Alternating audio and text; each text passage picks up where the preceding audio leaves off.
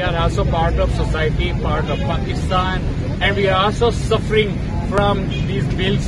تو بہت مشکل سے بیچاروں ایک تو کرائے نہیں دیے جا رہے گھروں کے، اوپر سے کام کاج نہیں ہے، فنکشن ہی نہیں ہو رہے. جہاں فنکشن کے لیے جاتے ہیں پولیس ادھر پہنچ جاتی ہے ان کو گرفتار کرنے کے لیے کہ ساؤنڈ بند کر دو.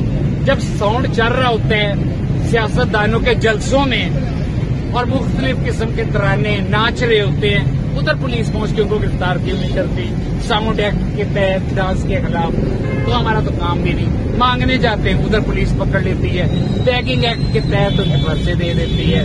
تو اتنی مہنگائی ہے، اتنی گرمی ہے، اس لیے ہم نکلے ہیں کہ بجلی تو کم نہیں ہونی، پیٹرول بھی کم نہیں ہونا، آٹا بھی سستا نہیں ہونا، بجلی چینی بھی سستی نہیں ہونی. فری یونٹس بند کریں ان کے، کتنی افسر شاہی ہے، ان کے فری یونٹس بند کریں. ان کو خود شرم کر کے خود ہی فری یونٹس اپنے ختم کر دینے چاہیے.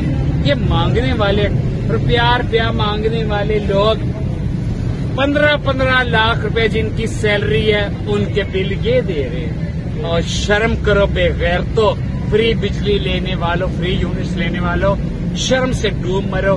کون فقیر لوگ تمہارے بل دے رہے ہیں؟ کیسا دور آیا لانتیوں.